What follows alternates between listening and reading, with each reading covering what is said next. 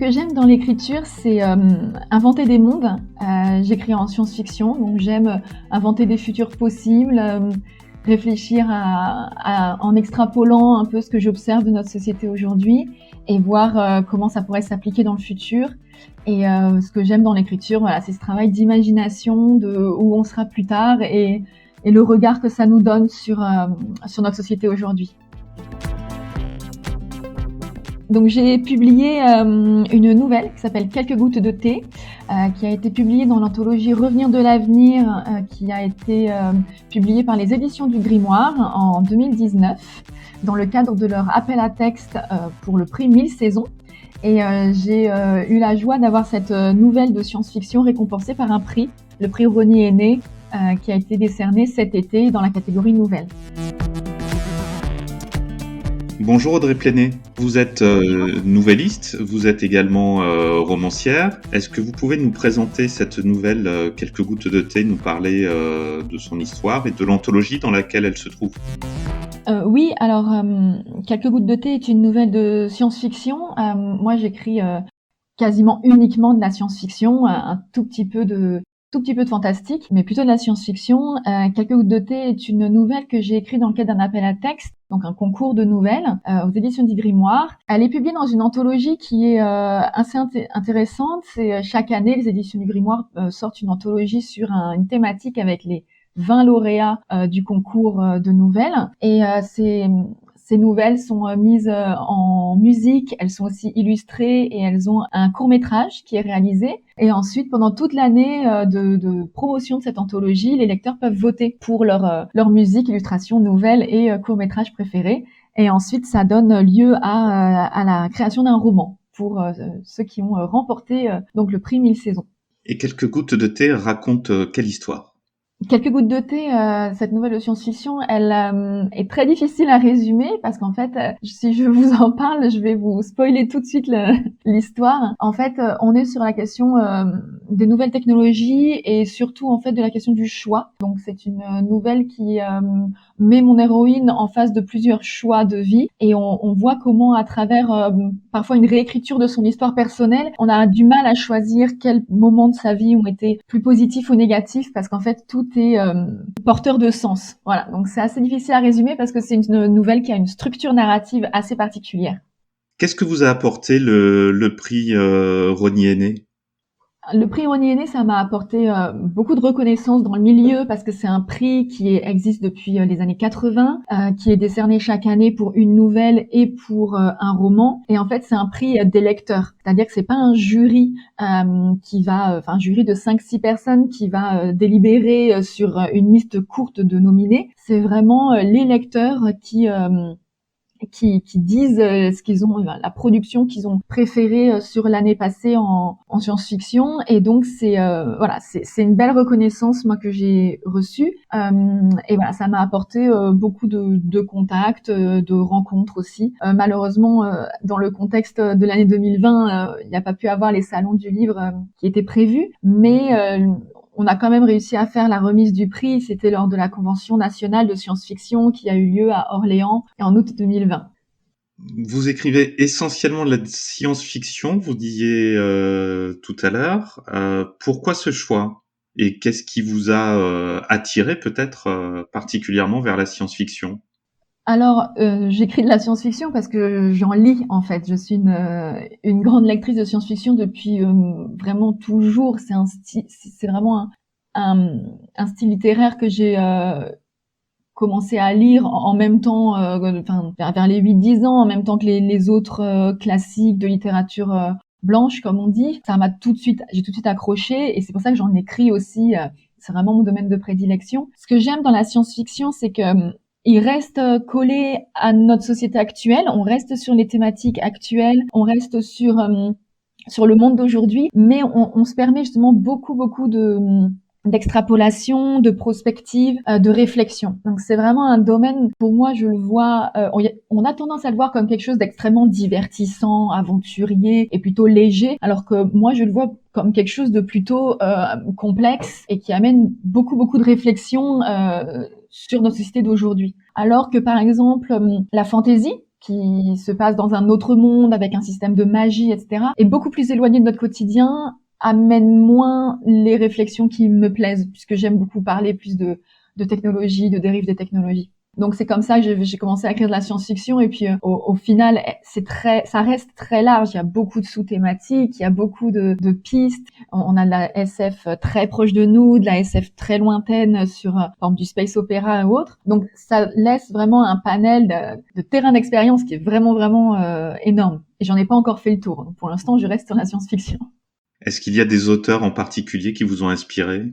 Alors oui, moi mes auteurs qui m'ont inspirée, c'est par exemple Isaac Asimov sur son grand cycle de fondation, son grand cycle des robots aussi, où il arrive à aller très très loin dans le futur, très très loin sur des planètes très lointaines, on va dire, en restant très proche de thématiques, notamment en utilisant tout ce qui est de la psychohistoire, qui est en fait plutôt des sciences sociales.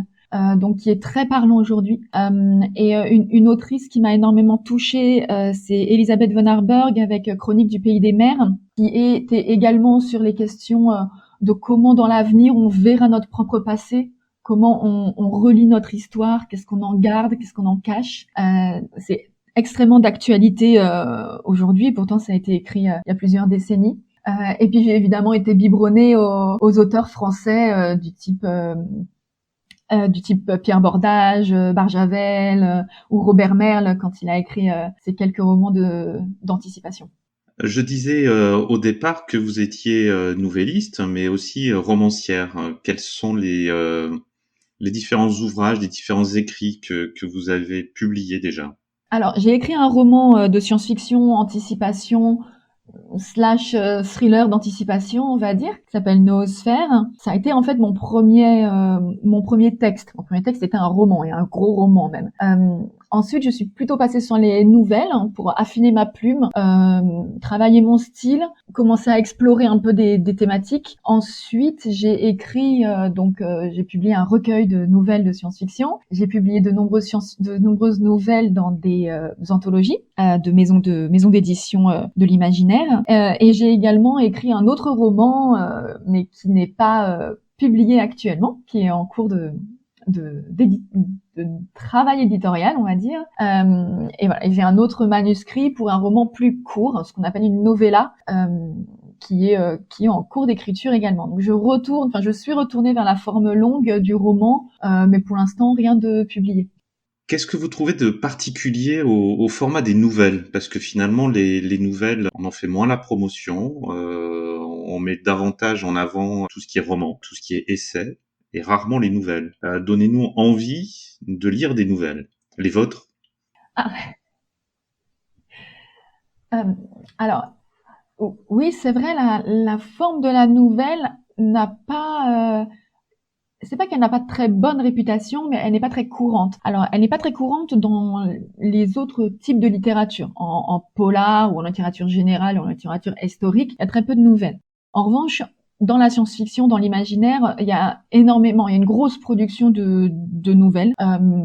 Et il y en a toujours eu, notamment parce que l'imaginaire a été longtemps un style littéraire qui a été diffusé dans des magazines. Je pense à Isaac Asimov, qui a d'abord publié dans Amazing Stories.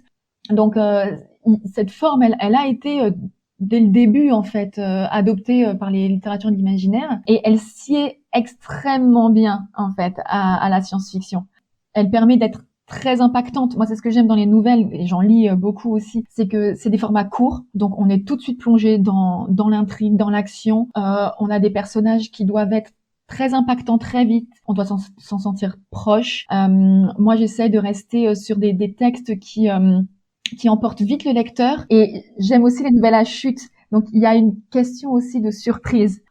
Les nouvelles, c'est des petits bonbons où on se laisse surprendre généralement par une chute qui peut être spectaculaire, qui peut être triste, et qui peut remettre en question tout ce qu'on a lu avant. Donc c'est aussi une façon d'avoir assez rapidement ces émotions-là, et ça marche particulièrement bien en science-fiction aussi. Donc voilà, les nouvelles, ça peut être aussi intéressant d'en lire d'un auteur avant de découvrir un de ses romans, si on veut s'assurer qu'on aime bien son style, sa plume. Donc c'est une bonne porte d'entrée pour certains grands textes, pour appréhender certains grands auteurs. Mes nouvelles, je les vois aussi dans la diversité. On peut avoir dans mes nouvelles, vous trouverez un peu de tout. Vous trouverez du cyberpunk, vous trouverez un peu de romance, un peu de space opéra, des questions sur la dérive des technologies, des questions plus sociales. Il y a vraiment un peu de tout, et c'est ce que je préconise aussi pour découvrir moi ma plume, c'est de commencer par mes nouvelles. Alors, quelle serait justement la porte d'entrée pour découvrir la plume d'Audrey Plenay?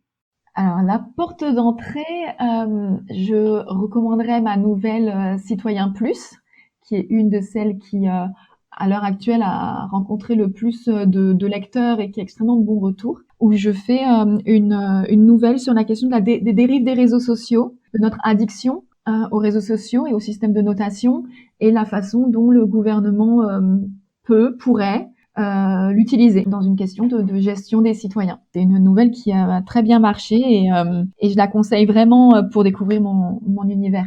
Vous avez peut-être un site internet, une page Facebook? Oui, alors j'ai un blog, audreyplenay.wordpress. Je suis également sur Facebook et Instagram, mais c'est tout. Comme réseaux sociaux, je voulais pas en faire plus parce que c'est très chronophage. Donc ma principale vitrine, c'est mon blog. J'y publie aussi un peu des chroniques de livres, des réflexions sur le travail d'écriture, pour les personnes qui souhaiteraient peut-être se lancer dans l'écriture également. Parlez-nous un petit peu de vous. Qui est Audrey Plenay? Alors, je suis une femme de 36 ans. J'habite en France métropolitaine.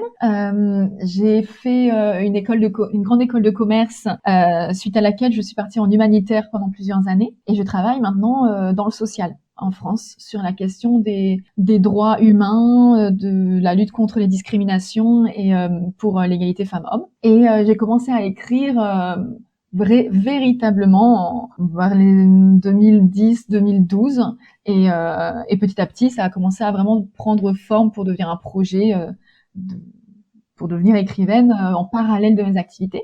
Je suis aussi maman de 2 garçons qui m'empêchent d'écrire autant que je le désirerais, parce qu'ils prennent énormément de mon temps, mais c'est aussi un véritable plaisir de les avoir avec moi.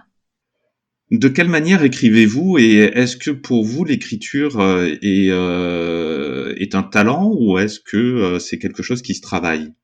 Alors, il y a différents points de vue, et il y a des personnes qui ont un talent d'écriture brut et énorme. Moi, je vois beaucoup mon travail d'écriture comme un travail plus artisanal, c'est-à-dire que j'ai beaucoup travaillé en fait ma plume.